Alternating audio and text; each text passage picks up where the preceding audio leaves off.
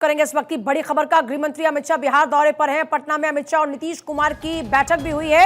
अमित शाह से मिलने निकले हैं सीएम नीतीश कुमार। अमित शाह से मिलकर सीएम नीतीश कुमार निकल चुके हैं। पटना में अमित शाह और नीतीश कुमार की बैठक की तस्वीरों को इस वक्त आप देख रहे हैं।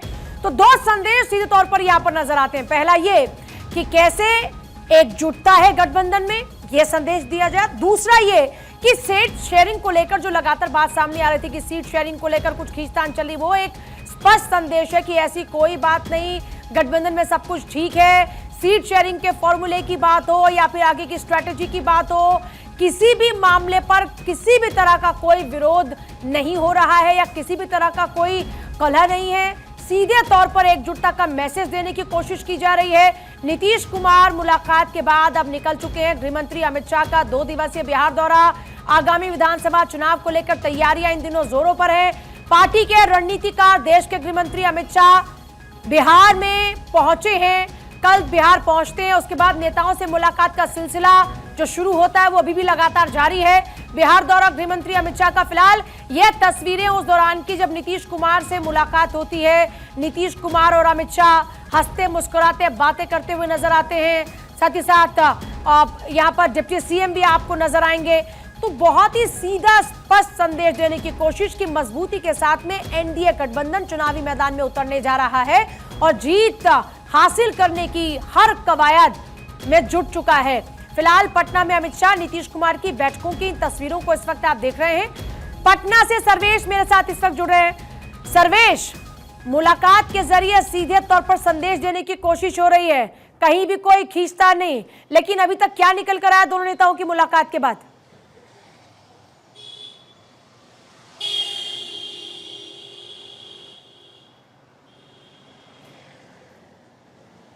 सर्वेश, आप सुन पा रहे हैं क्या? जानकारी मिल पा रही है कि उसके मुताबिक यही कहा जा रहा है कि नीतीश कुमार ने कहा है कि लोकसभा चुनाव के दौरान बीजेपी एक सीट ज्यादा लेकर चुनाव लड़ी थी और जेडीयू एक जी पूजा।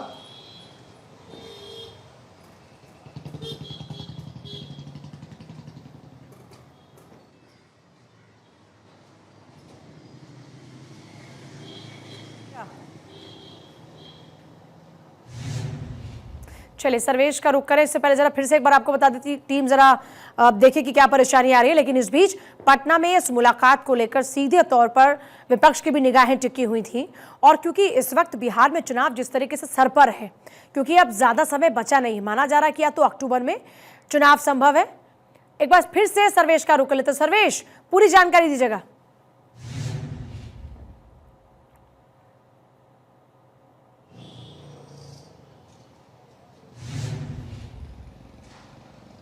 पूजा, देखिए ये जो बातें निकल कर सामने आ रही हैं, नीतीश कुमार और अमित शाह की जो मुलाकात हुई है उसमें अमित शाह से नीतीश कुमार ने कहा है क्योंकि लोकसभा चुनाव के दौरान बीजेपी एक सीट ज़्यादा पर चुनाव लड़ी थी, जेडीयू एक सीट कम पर चुनाव लड़ी थी, तो इस बार जो विधानसभा चुनाव है उसमें जेडीयू ज़्यादा सीटों की डिमांड कर रही है। 105 सीटों की डिमांड जेडीयू की तरफ से आई है और 101 सीटों पर बीजेपी के लड़ने की बात कही जा रही है।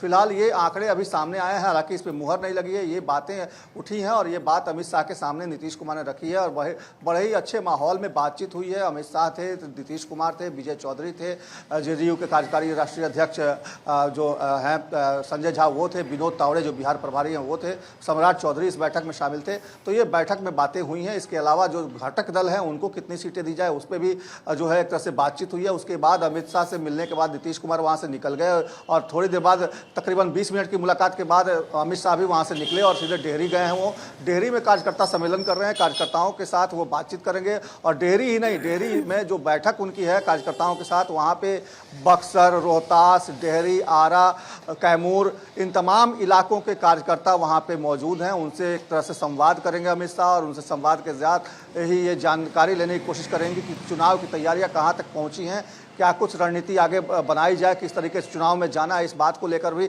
अमित शाह वहां मंथन करेंगे। उसके बाद वो बेगूसराय जाएंगे, वहां पर भी अगर देखा जाए तो मगध के इलाके के, मुंगेर के इलाके के और बेगूसराय, भागलपुर के इलाके के तमाम जो कार्यकर्ता हैं उनके साथ अमित शाह संवाद करेंगे। और वहाँ भी डेहरी वाला ही कार्यक्रम एक तरह से होगा, वहाँ भी जो कार्यकर्ता हैं उनसे फीडबैक लेंगे कि किस तरीके से चुनाव की तैयारियाँ। जी चलिए वापस लौटते आपके पास। फिर से एक बार बता दें कि चुनाव की तैयारियों का जायजा लिया जा रहा है। गठबंधन में सब कुछ ठीक है, ये बात सुनिश्चित की जा रही है। जिस बात का हमने जिक्र किया, गृह मंत्री अमित शाह को पार्टी का रणनीतिकार माना जाता है और ऐसे में उनका वहां पर पहुंचना सर्वेश सीधे तौर पर यह तय करता है कि आने वाले चुनाव में जीत सुनिश्चित करने की स्ट्रैटेजी पर चर्चा भी होगी और जीत का मंत्र भी दिया जाएगा कार्यकर्ताओं को, समर्थकों को।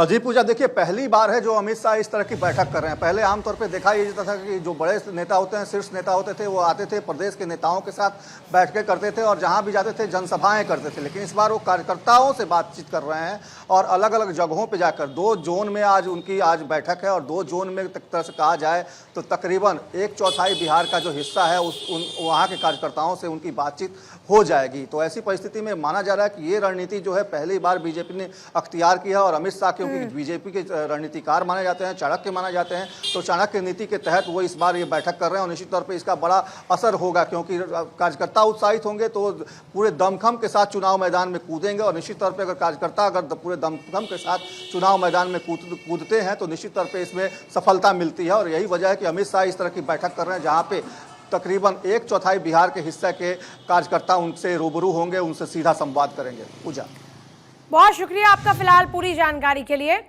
तो देखिए, लगातार तस्वीरें इस वक्त हम आपको दिखा रहे हैं कि किस तरीके से बिहार में चुनाव की तैयारियां इस वक्त जोरों पर हैं।